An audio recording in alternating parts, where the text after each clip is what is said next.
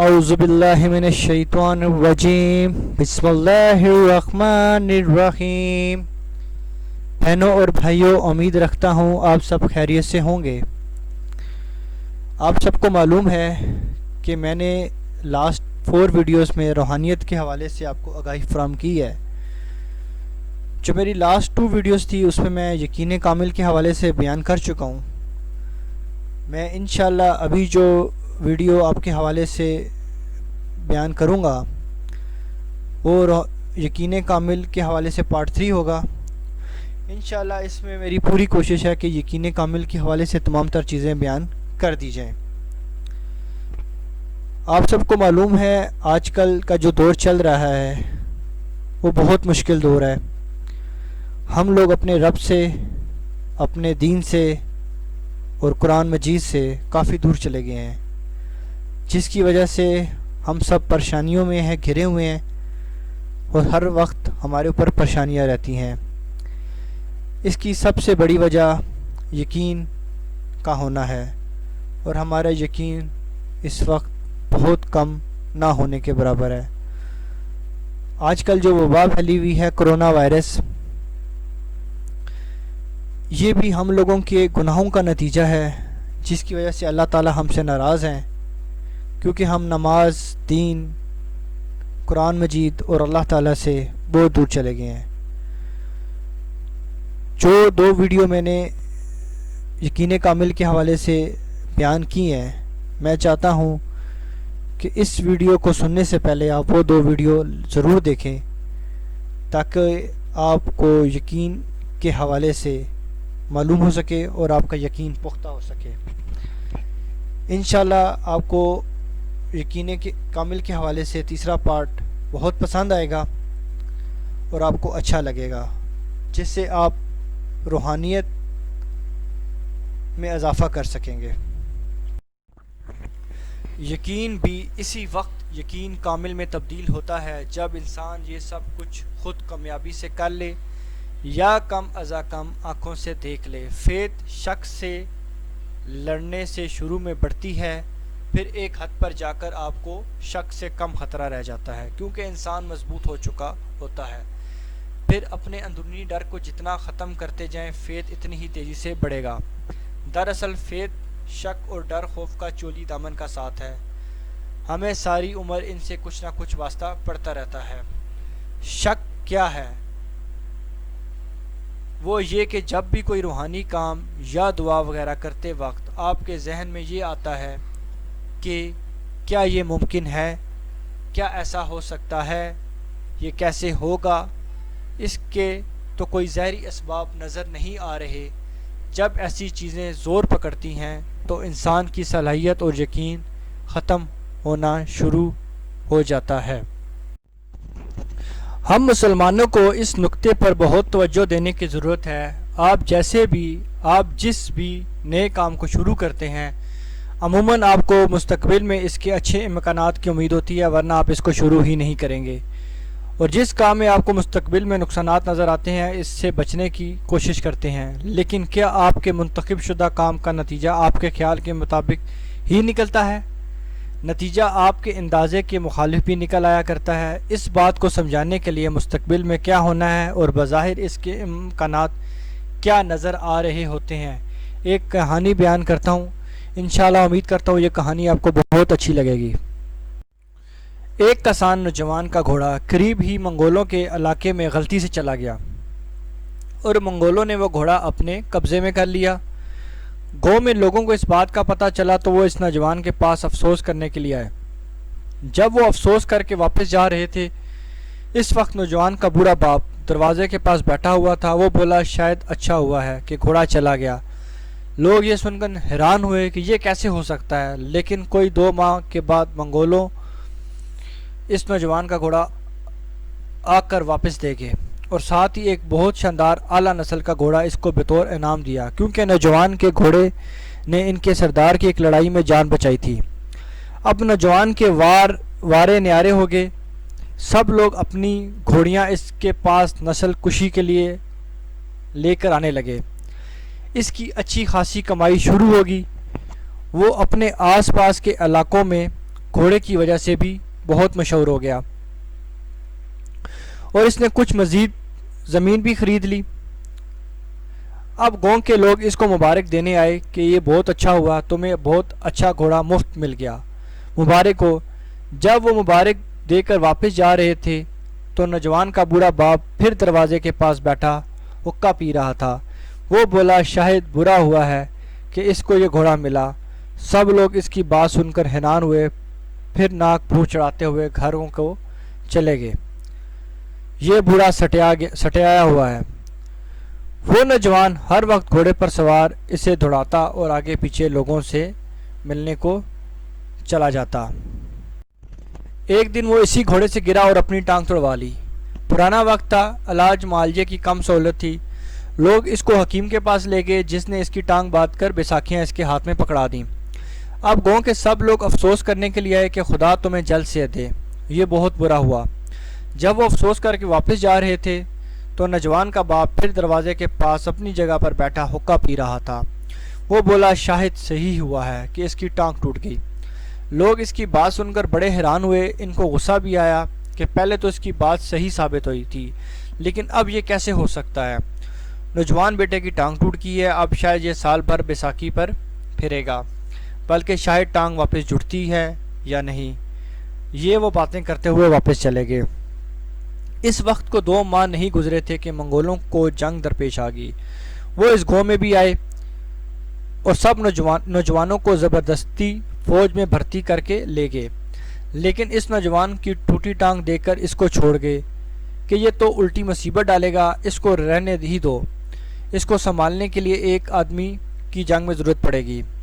وہ جنگ پر چلے گئے۔ جنگ اتنی سخت اور خطرناک ہوئی کہ اگر 10 آدمی جنگ پر گئے تو صرف 1 آدمی واپس لوٹتا، 9 وہاں ہی کام آ گئے۔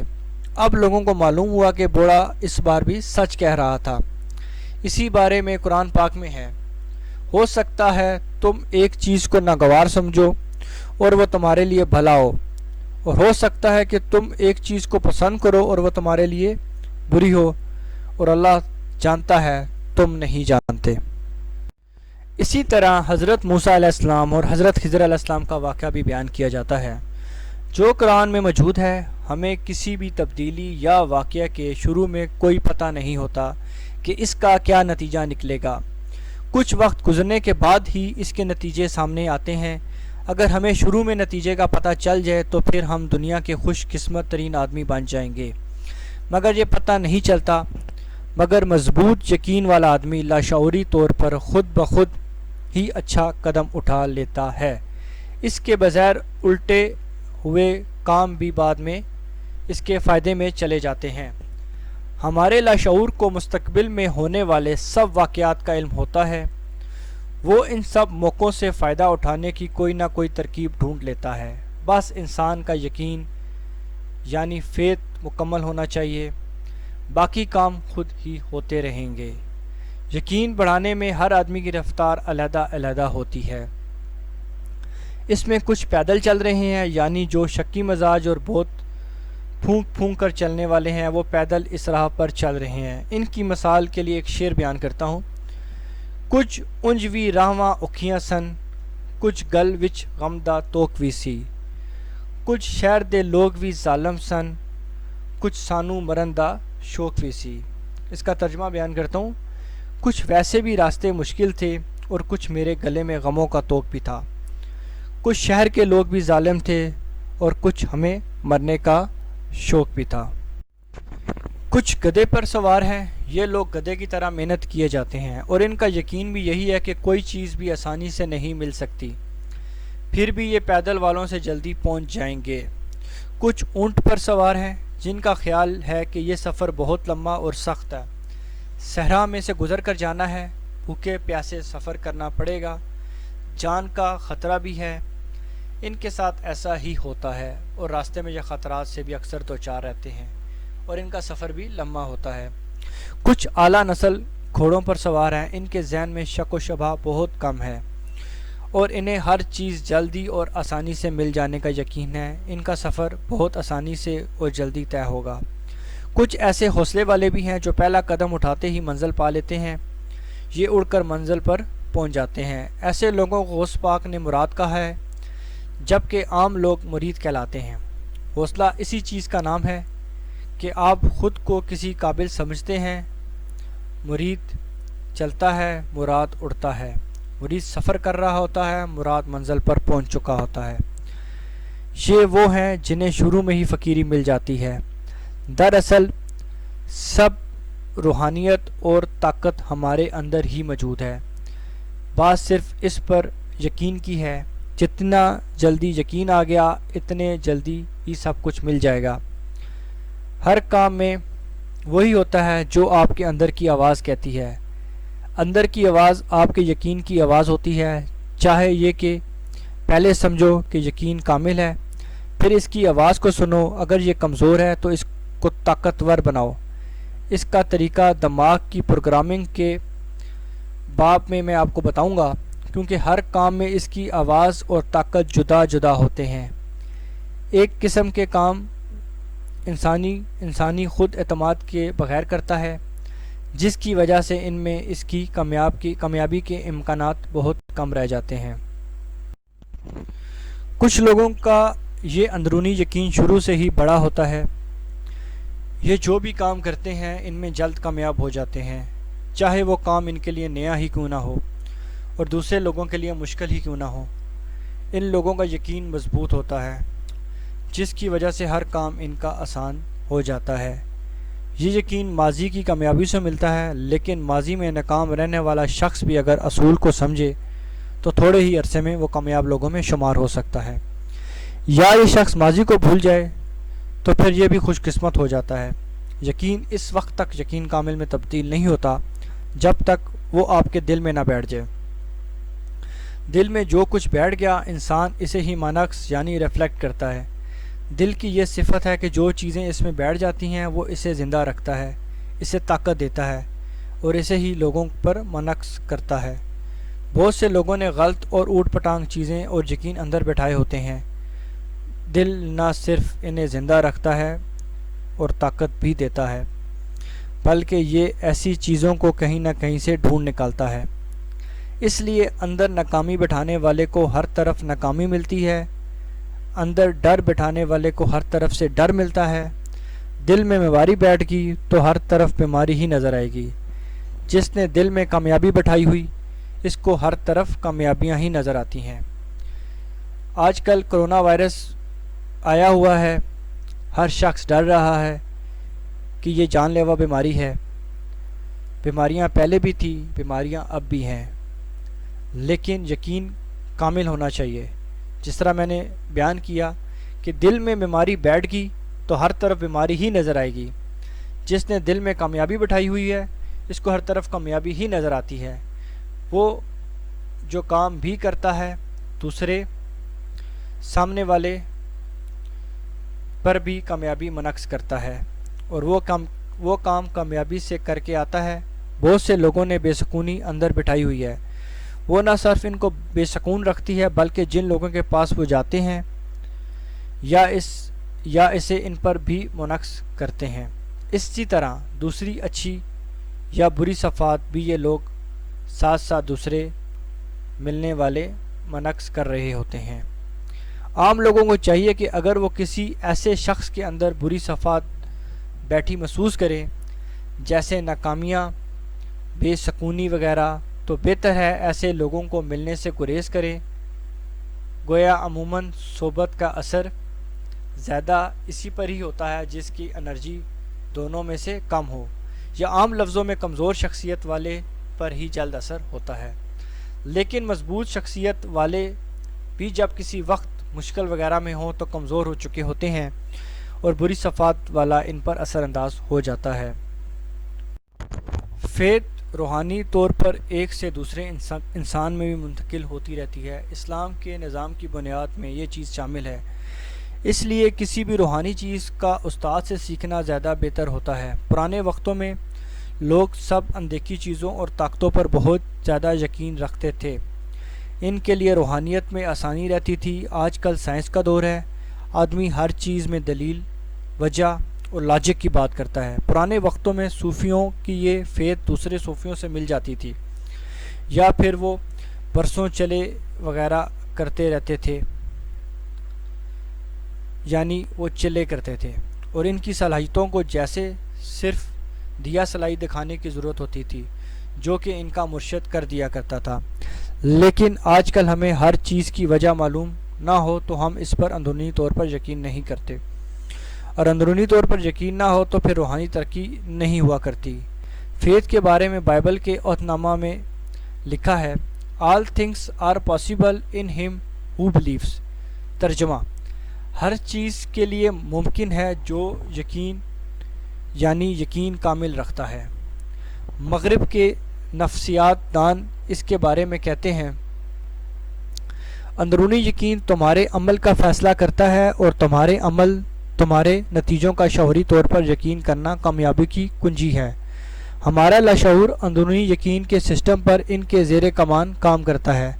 سب چیزیں، سب سوچیں ہماری روح سے لاشعور میں منتقل ہوتی ہیں، اور لاشعور سے یہ ہمارے عام شعور میں آتی ہیں، جہاں پر ہم ان کے مطابق اپنے سب کام کرتے ہیں۔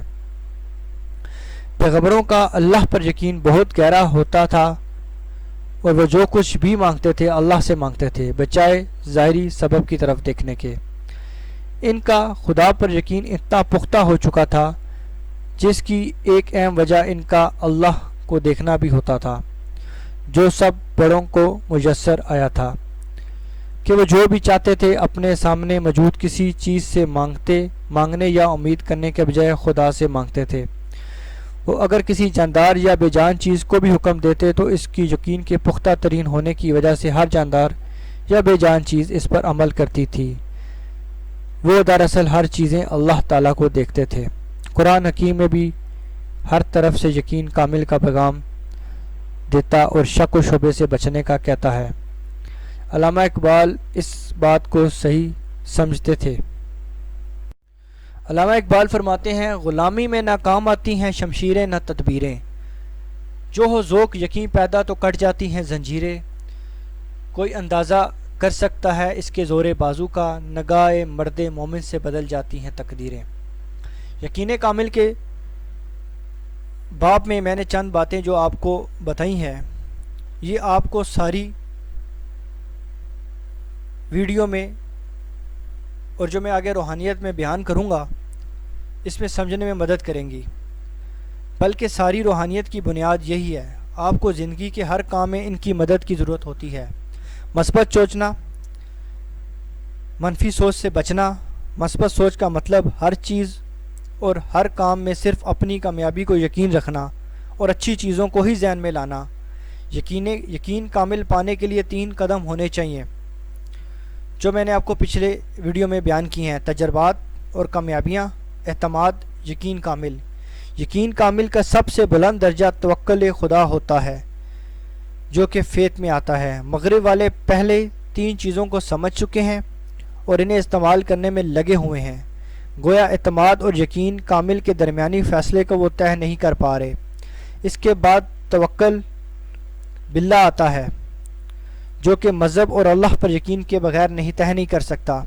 اگر کوئی مسلمان اس سیڑھی کو سمجھے بغیر ہی توکل خدا پر جانے کی کرتا ہے تو وہ بڑی جلدی واپس گر سکتا ہے، کیونکہ ان چیزوں کو نہ سمجھنے کی وجہ سے اگر اس کے کوئی ناکامی ہونے لگ پڑتی ہے تو پھر اس کا یقین ٹوٹنا شروع ہو جاتا ہے۔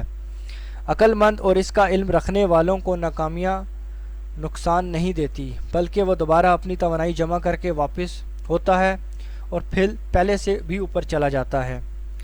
انسان کو عام کامیابیاں تو فیتھ دیتی ہیں، لیکن مادی دنیا میں کامیابیاں بالمخصوص مادی چیزوں سے متعلق یقین میں اضافہ کرتی ہیں، اور روحانیت میں کامیابیاں روحانیت سے متعلق یقین میں اضافہ کرتی ہیں۔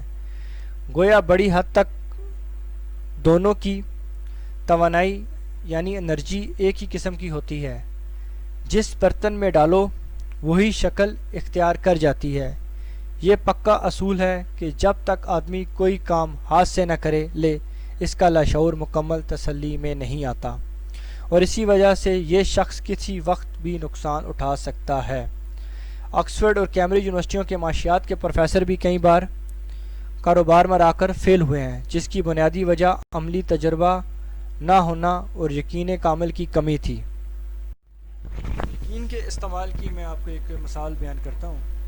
میرے ایک دوست نے دیکھی، وہ ہندوستان دہلی گیا، وہاں ایک دکان میں سکھ دکاندار سے سودا لینے لگا تو اسے وہاں چوہے کے دوڑنے کی آوازیں آئیں۔ اس نے دکاندار سے پوچھا، کیا چوہے تمہارا مال خراب نہیں کرتے؟ دکاندار کہنے لگا، اگر میں سودے میں بے ایمانی کروں گا تو چوہے میرا مال خراب کریں گے، میں نہیں کرتا اس لیے چوہے بھی میرا نقصان نہیں کرتے۔ یہ فیت کے استعمال کی بڑی سادہ سی مثال ہے، گویا کمزور بنیادوں پر بغیر سبب کے کھڑی ہے۔ صحیح طریقہ وہاں دوائی ڈالنے اور پھر یقین رکھنے کا ہے۔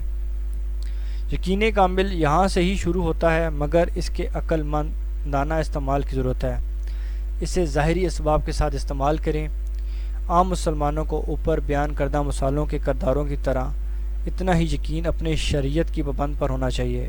اس سے دنیا میں آپ خود کو ہر قسم کی برائیوں سے بچا کر حقوق اللہ اور حقوق العباد پورے کرتے ہیں تو پھر آپ کے یقین ہونا چاہیے کہ اللہ تعالیٰ آپ کے ساتھ ہے، وہ آپ کی ہر جائز دعا ضرور قبول کرے گا اور آپ کی ہر کام میں مدد کرے گا، چاہے آپ اسے یقین کو کسی صاحب مزار وغیرہ پر رکھنے کے سیدھا اللہ پر ہی رکھیں، یا یہی اسلام کا صحیح راستہ ہے۔ یقین کامل غلط یا کمزور بنیادوں پر زیادہ دیر قائم نہیں رہتا، اس کا مضبوط اور صحیح بنیاد پر ہی کھڑا کریں۔ یقین ہی سب کامیابیوں کی بنیاد ہے، اسے جس برتن میں ڈالیں وہ شکل اختیار کر لیتا ہے۔ روحانیت کے برتن میں روحانی شکل میں آتا ہے، کاروباری اور دنیاوی کاموں کے برتنوں میں یہ وہی صورت اختیار کر لیتا ہے۔ ہر کام کا برتن جدا ہوتا ہے مگر کام یقین کامل ہی کرتا ہے۔ آپ کو بھی چاہیے کہ اپنا برتن بڑا رکھیں، یقین کے اصول اچھی طرح سمجھ کر اندر بٹھا لیں، ان پر عمل کریں، پھر انشاءاللہ ہر میدان میں کامیابیاں آپ کے قدم چومیں گی۔ رسول پاک صلی اللہ علیہ وآلہ وسلم نے آخری خطبے میں فرمایا، تم میں سے بڑا وہ ہے جسے اللہ پر زیادہ تقوی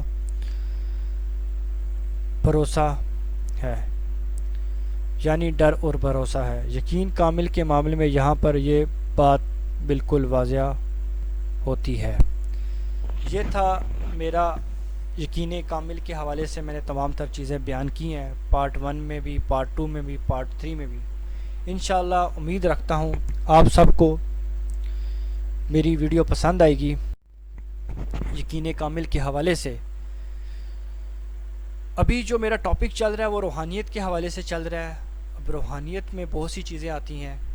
سب سے پہلے میں نے انٹروڈکشن بیان کیا، پھر میں یقین کامل کے حوالے سے آپ کو بیان کر رہا ہوں جو میں کر چکا ہوں۔ انشاءاللہ جو میرا نیکسٹ ٹاپک ہوگا وہ نیت کے حوالے سے ہوگا۔